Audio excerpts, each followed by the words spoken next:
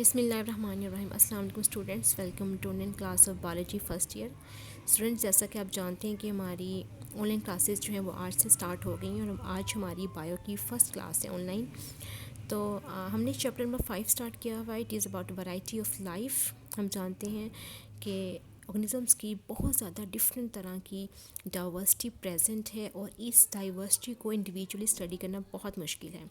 तो हम ऑर्गेनिज़म्स को क्लासीफाई करते हैं टू डिफरेंट ग्रुप्स ताकि हम इनको आसानी से स्टडी कर सकें। प्लस एक ग्रुपिंग से हमें इनके अंदर मौजूद डिफरेंसेस एंड सिमिलैरिटीज़ के बारे में पता चलता है, इनकी एवोल्यूशनरी हिस्ट्री के बारे में पता चलता है। फिर हमने पढ़ा कि किस तरह हम जो ऑर्गेनिज़म्स हैं उनको साइंटिफिक नेम देते हैं। बाइनोमियल नोमेनक्लेचर के बारे में हमने पढ़ा है।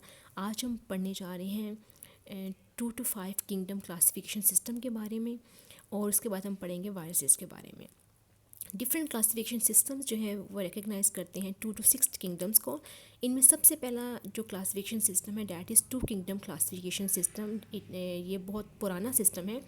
बहुत सदियों तक, बहुत अरसे तक जो जानदार थे उनको क्लासीफाई किया जाता था into 2 kingdoms, plants and animals.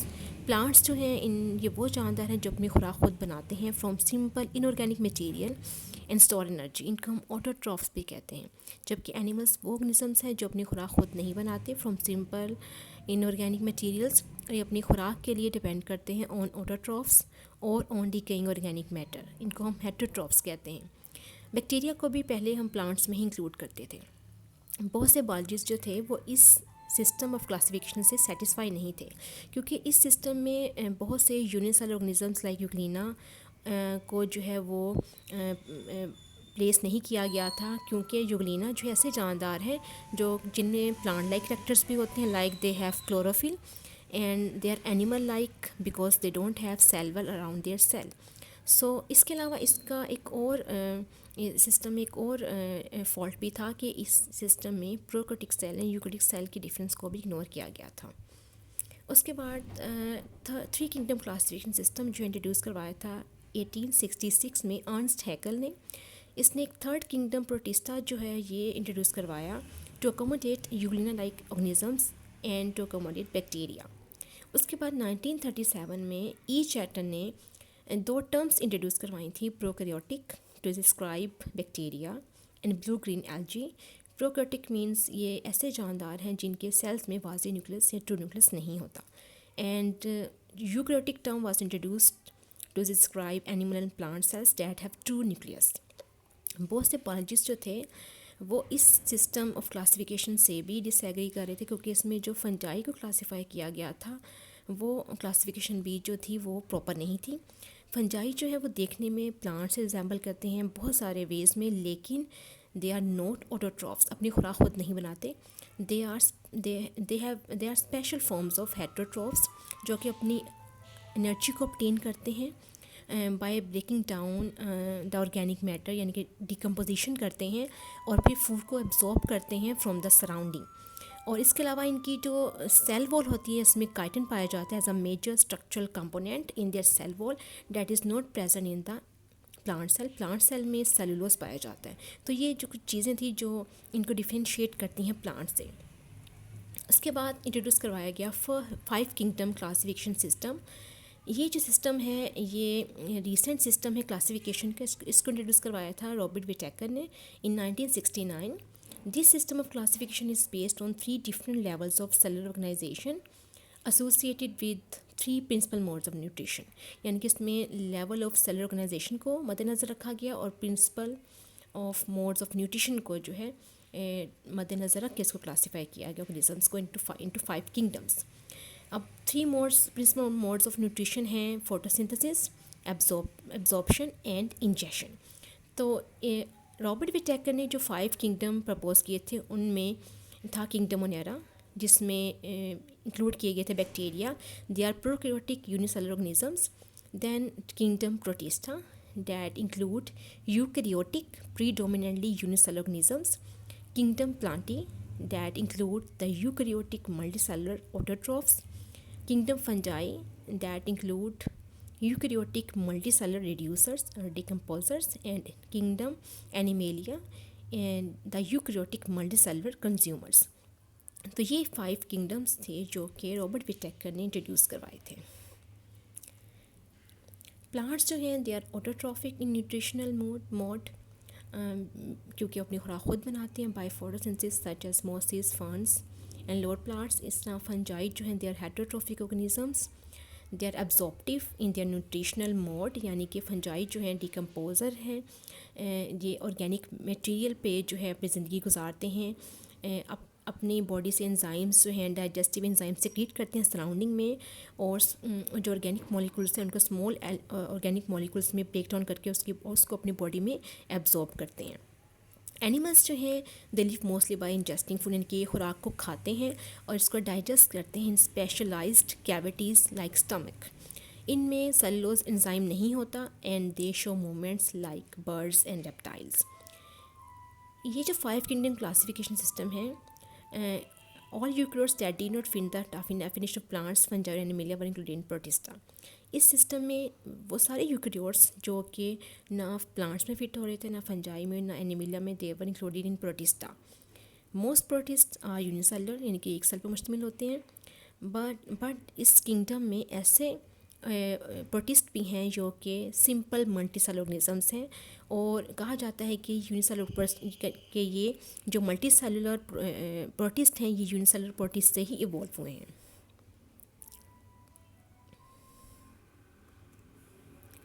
उसके बाद modification in 5 kingdom classification system जो है ये इंट्रोड्यूस करवाई थी लीन मार्गलिस ने एंड कार्लिन श्वार्ट्स ने 1988 में। इन्होंने विटेकर के 5 किंगडम ऑफ क्लासिफिकेशन को मॉडिफाई किया था by considering cellular organisation, mode of nutrition, cytology, इनके सेल की स्टडीज़ के ज़रिए, genetics and organelles of symbiotic region. These 5 kingdoms that were introduced by Margulis and Schwartz were Prokaryote, Kingdom Onera, Protoctista, Kingdom Protista, Plantae, Animalia and Fungi। अब यहाँ पर देखें ये वो सारे किंगडम्स हैं जो कि मार्गलिस एंड श्वार्ट्स ने जो है इंट्रोड्यूस करवाए थे। प्रोकैरियोटिक जिनमें आते हैं प्रोकैरियोट्स आते हैं यानी बैक्टीरिया वगैरह आते हैं। उसके बाद प्रोटोक्टिस्टा जिसमें प्रोटिस्ट आते हैं, और इसमें एनिमल लाइक प्रोटिस्ट हैं, प्लांट लाइक प्रोटिस्ट हैं, फंजाई लाइक प्रोटिस्ट हैं। एनिमल लाइक प्रोटिस्ट से एनिमल्स राइज और हुए, फंजाई लाइक प्रोटिस्ट से जो है फंजाई इवॉल्व हुए हैं, और प्लांट लाइक प्रोटिस्ट से प्लांट्स इवॉल्व हुए हैं। जी, अब हम पढ़ते हैं वायरसेस के बारे में। अब जानते हैं वायरसेस जो हैं दे आर ए सेलुलर, यानी कि ये जो ऑर्गेनिजम्स हैं इनकी बॉडी जो है सेल पे मुश्तमिल नहीं होती। हम जानते हैं जितने भी जानदार हैं उनकी बॉडी की बुनियादी इकाई सेल है, लेकिन ये वो ऑर्गेनिजम्स हैं जो कि बॉर्डर लाइन पे है, ना ये बिल्कुल लिविंग है ना ये नॉन लिविंग है। इनमें कुछ ऐसी प्रॉपर्टीज़ हैं जो लिविंग वाली हैं और कुछ ऐसी प्रॉपर्टीज़ हैं जो नॉन लिविंग वाली हैं। लाइक ये क्रिस्टल फॉर्मेशन करते हैं जो कि एक नॉन लिविंग प्रॉपर्टी है, और ये रिप्रोडक्शन करते हैं, रेप्लिकेट करते हैं जो कि एक लिविंग प्रॉपर्टी है। तो वायरसेस जो हैं इनको आपने देखा हमने किसी भी किंगडम में इनको प्लेस नहीं किया, तो they are actually living particles, but they are not cellulars और they are not placed in any kingdom. तो वायरस जो है इसका वर्ड जो है it is derived from Latin word venom meaning poisonous fluid. इनको हम डिफ़ाइन करते हैं they are non cellular infectious entities which contain either RNA और DNA, यानी कि ये एक नॉन सेलुलर इन्फेक्शन कॉज करने वाले पार्टिकल्स हैं जिनमें RNA और DNA पाया जाता है, जिनको हम इनका जीनोम कहते हैं। और ये RNA या DNA जो होता है वो एक प्रोटीन कोड के अंदर बंद होता है जिसे हम कैप्सिड कहते हैं, और ये जो जानदार हैं ये सिर्फ़ और सिर्फ लिविंग सेल्स में जाके रिप्रोड्यूस कर सकते हैं, उसके बगैर ये रिप्रोड्यूस नहीं कर सकते। यानी कि ये ख़ुद ब खुद रेप्लिकेट नहीं कर सकते, अपनी तादाद नहीं बढ़ा सकते। इनको रेप्लिकेट करने के लिए या अपनी तादाद बढ़ाने के लिए एक लिविंग सिस्टम चाहिए, लिविंग सेल्स चाहिए। वायरसेस क्या करते हैं, ये जब इनको लिविंग सेल मिल जाता है उसके अंदर जाते हैं और उस होस्ट की या उस सेल की बायोसिंथेटिक मशीनरी को यूटिलाइज़ करते हैं अपने DNA और अपने प्रोटीन को बनाने के लिए, और फिर उस अपने आप को ट्रांसफ़र कर लेते हैं efficiently to some other cells ताकि उसको भी इसी तरह जो इन्फेक्ट कर सकें। इनके कैरेक्टरिस्टिक्स के बारे में हम पढ़ते हैं। वायरसेस जो हैं ये बहुत स्मॉल इन्फेक्शियस एजेंट्स हैं, यानी कि इन्फेक्शन कॉज करने वाले एजेंट्स हैं जिन्हें हम सिर्फ इलेक्ट्रॉन माइक्रोस्कोप से देख सकते हैं। इनका जो साइज़ है वो 250 नैनोमीटर से लेकर 20 नैनोमीटर तक होता है। 250 नैनोमीटर जो साइज़ है ये है पॉक्स वायरसेस का, एंड 20 नैनोमीटर साइज़ जो ये है पैरवो वायरसेस का। और ये बैक्टीरिया से 10 से 1000 गुना तक छोटे होते हैं, और ये फ़िल्टर के पोर्ट्स में से भी आसानी से गुजर जाते हैं, जिनमें से बैक्टीरिया पास नहीं कर सकते। वायरसेस जो इनकी एक और प्रॉपर्टी भी है कि आप इनको आर्टिफिशियल मीडिया पे ग्रो नहीं कर सकते, ये सिर्फ और सिर्फ लिविंग सिस्टम के अंदर ही ग्रो करते हैं, यानी कि सिर्फ प्लांट्स, एनिमल सेल्स या माइक्रो ऑर्गेनिजम्स के अंदर ही जो है रेप्लिकेट करते हैं, रिप्रोड्यूस करते हैं। और रेप्लिकेशन के दौरान ये क्या करते हैं एक्चुअली, ये अपनी एग्जैक्ट कॉपीज़ तैयार करवाते हैं, जिनको हम इनके रेप्लिकास भी कहते हैं। इसलिए हम कहते हैं कि वायरसेस जो हैं they are obligate intercellular parasite, यानी कि इनको जो है रेप्लिकेट करने के लिए लाजिम तौर पर एक सेल चाहिए जिसके अंदर जाकर ये रेप्लिकेट करते हैं, अपनी तादाद बढ़ाते हैं। वायरसेस को एक लिविंग सेल क्यों चाहिए? क्योंकि इनके पास अपनी मेटाबॉलिक मशीनरी नहीं होती अपने न्यूक्लिक एसिड एंड प्रोटीन को सिंथेसाइज करवाने के लिए या उसको बनाने के लिए। तो ये अपने होस्ट के सेल पे डिपेंड करते हैं अपने फंक्शंस को परफॉर्म करने के लिए। ये प्रोडक्शन के दौरान ये क्या करते हैं, ये उस होस्ट सेल में डिजीज़ कॉज करते हैं। और जो वायरसेस हैं ये जनरली रेजिस्टेंट होते हैं to broad range of available antibiotics like penicillin, streptomycin and others, यानी कि इन पे जो एंटीबायोटिक्स हैं वो भी अपना जो असर है वो शो नहीं करते। अब इनका स्ट्रक्चर कैसा होता है? अगर आप एक वायरस को देखें, जो एक कंप्लीट मेच्योर इन्फेक्शस पार्टिकल है, यानी कि जो इन्फेक्शन कॉज कर सकता है, उसको हम विरियन कहते हैं। यानी कि कंप्लीट मेच्योर इन्फेक्शस पार्टिकल को हम विरियन कहते हैं। और विरियन जो है it is composed of central core, इनके दरमियान वाला जो इसका स्ट्रक्चर है that is a nucleic acid, it might be DNA और आरएनए, इसको हम इसका जीनोम कहते हैं। It is surrounded by a protein code जिसे हम कैप्सिड कहते हैं। और कैप्सिड जो है वो वायरस को डेफिनेट शेप जो है वो देता है। कैप्सिड जो है बना होता है प्रोटीन सब यूनिट्स का, जिसको हम कहते हैं कैप्सोमर्स। और जो कैप्सोमर्स की तादाद होती है वो हर वायरस में जो होती है वो डिफरेंट होती है। यहाँ पर देखें, यहाँ पे आपको वायरस दिखाया जा रहा है, जो अंदर आपको ग्रीन में नज़र आ रहा है, this is nucleic acid, it might be DNA और आरएनए। और बाहर जो आपको ये स्ट्रक्चर नज़र आ रहा है, ये जो कवरिंग है, दिस इज़ प्रोटीनेशियस कोड, जिसे हम इसका कैप्सिड कहते हैं। और कैप्सिड जो is made up of capsomeres. और कैप्सोमर्स की मैंने आपको बताया कि जो इसकी तादाद होती है वो डिफरेंट वायरसेस में डिफरेंट होती है। जैसा कि there are 162 capsomers in the capsid of herpes virus and 252 in the capsid of adenovirus. Adenovirus जो है ये कॉमन कोल्ड कॉज करता है। कुछ एनिमल वायरसेस में जो न्यूक्लियो कैप्सिड है इसके बाहर एक एडिशनल कवरिंग होती है जिसको हम इन्वेलप कहते हैं। इन्वेलप जो है ये डिराइव की जाती है फ्रॉम द होस्ट सेल, यानी कि जो कवरिंग होती है इसकी अपनी नहीं होती, इसने इसको होस्ट के सेल में से जो है ये लिया हुआ होता है, अपने ऊपर इसको कवर किया हुआ था अपने आप को। यहाँ पर देखें, यहाँ पर आपको ये एक नेकेड वायरस दिखाया गया जिसके ऊपर कोई कवरिंग नहीं है। ये उसका न्यूक्लिक एसिड है और बाहर इसका प्रोटीन कोट है, जबकि अगर इसके बाहर एक कवरिंग होगी तो इसको हम कहते हैं इन्वेलप्ड वायरस। ये जो बाहर वाली कवरिंग नज़र आ रही है आपको ब्लू में, इसको ये जो कवरिंग है ये इसने होस्ट सेल से जो है ये ली हुई होती है। जिस सेल को इन्फेक्ट करता है वहीं से ये उसको उसकी सेल मेम्ब्रेन को अपने ऊपर जो है उससे अपनी कवरिंग बनाता है। नॉन इन्वेलप्ड वायरसेस को हम नेकेड वायरसेस या नेकेड वेरिएंट्स कहते हैं। एनिमल एंड प्लांट वायरसेस जो होते हैं उनकी बहुत सी तरह की शेप्स होती हैं, like they may be polyhedron having many sides, helical या स्पाइरल भी इसे कहते हैं, और इन्वेलप भी हो सकते हैं, कॉम्प्लेक्स भी हो सकते हैं। जैसा कि यहाँ पर मैंने उनको दिखाया कि this is naked virus and this is enveloped virus. अगर इसके प्रोटीन कोड के बाहर कोई कवरिंग नहीं है तो दिस इज़ नेकेड वायरस, और अगर इसके बाहर एक इन्वेलप है, कवरिंग है, तो उसको हम कहेंगे इट इज़ इन्वेलप्ड वायरस। यहाँ पर भी देखिए आपको नेकेड वायरस का स्ट्रक्चर दिखाया जा रहा है। दिस पॉलीहेड्रल है और ये हेलिकल है। आप इसका स्ट्रक्चर देख रहे हैं, रोड शेप स्ट्रक्चर है इसका। और कैप्सोमर्स जो होते हैं ये एक्चुअली वायरस को बाइंड करते हैं on the specific sites on the host cell surface. अब यहाँ पे डिफरेंट टाइप्स ऑफ वायरसेस दिखाए गए। दिस इज़ हेलिकल वायरस, आप देख रहे हैं रोड शेप्ड है। पॉलीहेड्रल में हैव मैनी फेसेस, उसके बाद स्फेरिकल राउंड है, और कॉम्प्लेक्स है, यानी कि कॉम्प्लेक्स में आप देख रहे हैं कि जो हेड है this is head of virus, ये जो है ये पॉलीहेड्रल है, और जो टेल है दैट इज़ रोड शेप्ड और हेलिकल। अब हम पढ़ते हैं उन वायरसेस के बारे में जो कि बैक्टीरिया को इन्फेक्ट करते हैं। They are called bacteriophages. ये जो टर्म है ये डिराइव ही इससे की गई है कि ये वो वायरसेस हैं जो कि बैक्टीरिया को ईट करते हैं। Bacteriophage means bacteria eaters, phase means eating. तो बैक्टीरियोफेजेस जो होते हैं ये दो स्ट्रक्चरल फॉर्म्स में पाए जाते हैं। They might have cubical symmetry और हेलिकल सिमेट्री। जनरल अपीयरेंस में जो क्यूबिकल फेजेस हैं दे आर रेगुलर, सॉलिड और आइकोसाहेड्रल, यानी कि इनकी 20 फेसेस होती हैं। और हेलिकल फेजेस जो होते हैं दे आर रॉड शेप्ड। और बहुत सारे फेजेस जो होते हैं they consist of a head and a tail. Head is polyhedral and tail is rod shaped. हम पढ़ते हैं इनकी लाइफ साइकिल के बारे में। अर्लियर रिसर्चेस जो थी on bacteriophages that were mainly on limited number of phases जो कि एसेरिया कोलाई को इन्फेक्ट करते थे। इनमें से जो बेस्ट नोन फेज है वायरस है that is T phase. T stands for type. Among T phases T2 and T4 जो है इनको ज़्यादातर स्टडी किया जाता है इनकी लाइफ साइकिल को स्टडी करने के लिए।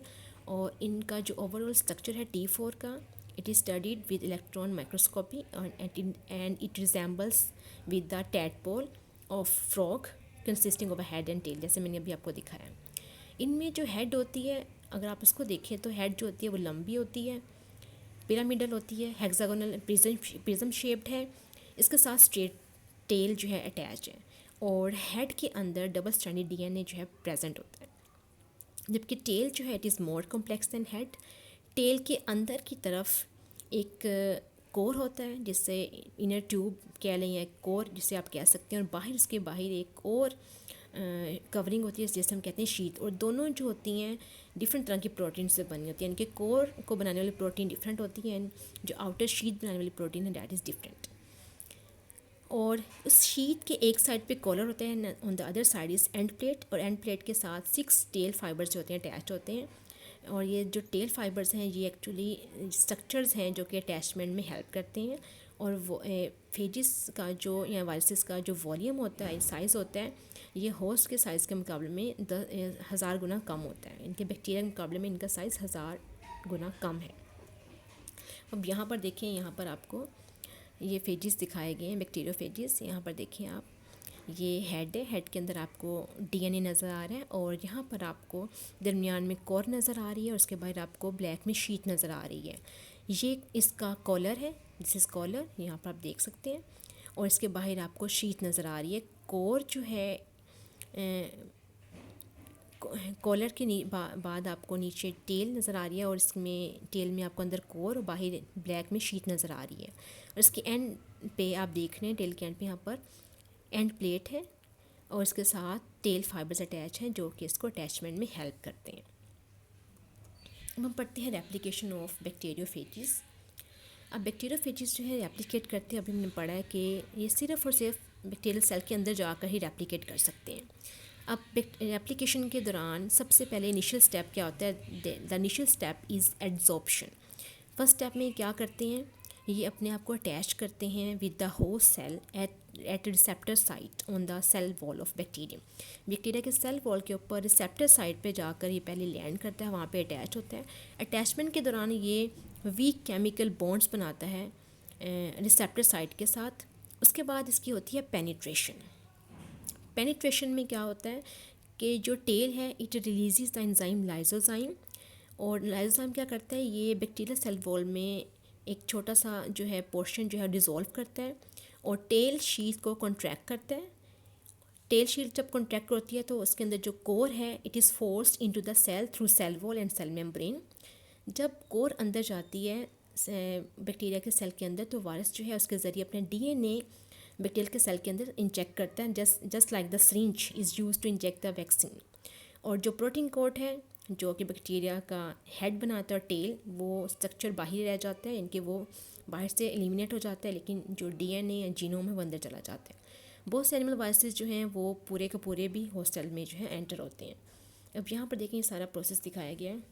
सबसे पहले आप देख रहे हैं वायरस जो है बैक्टीरिया के सेल के ऊपर लैंड कर रहा है, फिर अटैचमेंट हो रही है, इनके वीक केमिकल यूनियन हो रही है इसकी रिसेप्टर साइट पे।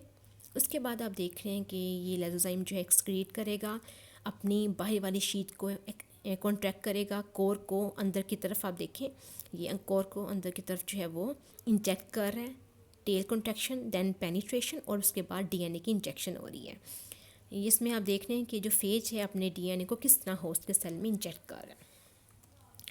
उसके बाद जब इसका जीनोम अंदर चला जाता है, वायरस का न्यूक्लिक एसिड जो है, it takes the control of host biosynthetic machinery, यानी कि ये अंदर जाते साथ ही बैक्टीरिया के सेल की जो बायोसिंथेटिक मशीनरी है उसे अपने कंट्रोल में कर लेता है और उससे अपने जो कंपोनेंट्स हैं लाइक डीएनए एंड प्रोटीन्स, उनकी तैयारी जो है वो स्टार्ट करवाना शुरू कर देता है और मल्टीप्लाई करना शुरू कर देता है। और 25 मिनट्स के बाद तकरीबन एक बैक्टीरियल सेल में 200 नए बैक्टीरियोफेजेस जो हैं बन जाते हैं, जो कि बैक्टीरियल सेल वॉल को बस्ट करके बाहर निकल आते हैं। इस प्रोसेस को हम कहते हैं लाइसिस। और जो न्यूली फॉर्म्ड वायरसेस होते हैं वो फिर रिलीज़ होकर नए बैक्टीरिया को इन्फेक्ट जो है करना शुरू कर देते हैं और इस तरह एक नई साइकिल जो है स्टार्ट हो जाती है। ऐसे वायरसेस को जो कि लाइसिस करते हैं होस्ट सेल की, उनको हम कहते हैं लेटिक और विरुलेंट फेज। जी, तो स्टूडेंट्स, ये था हमारा आज का लेक्चर। उम्मीद है कि आपको समझ आ गई होगी। इसमें हमने आज पढ़ा है क्लासिफिकेशन के बारे में कि किस तरह animals and plants and different organisms को क्लासीफाई किया गया है इनटू डिफरेंट किंगडम्स। और फिर हमने पढ़ा वायरसेस के बारे में थोड़ा सा। कल मैं इसके बारे में मज़ीद डिटेल में आपको सारा बताऊंगी कि इसमें कितनी तरह के साइकिल्स जो हैं ये चलती हैं और किस तरह जो वायरसेस हैं ये होस्ट को जो है ये इन्फेक्ट करते हैं। अल्लाह हाफिज़।